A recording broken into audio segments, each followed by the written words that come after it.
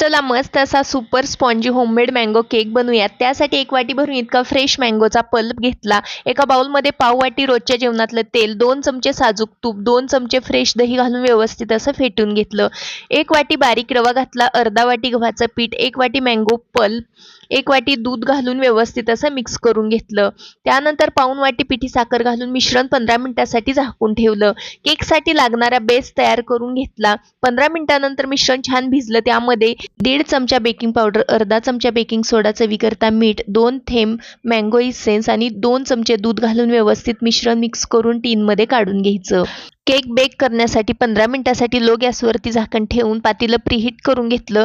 त्यामध्ये केकचा टीन ठेवून 45 मिनिटांसाठी लो गॅसवरती झाकण ठेवून केक छान असा बेक करून घेतला। मस्त केक खरपूस असा भाजला जातो। अगदी जाळीदार स्पॉन्जी केक बनून तयार होतो। चवीला भन्नाट लागतो। व्हिडिओ आवडला असेल तर व्हिडिओला लाईक करा, चॅनेलला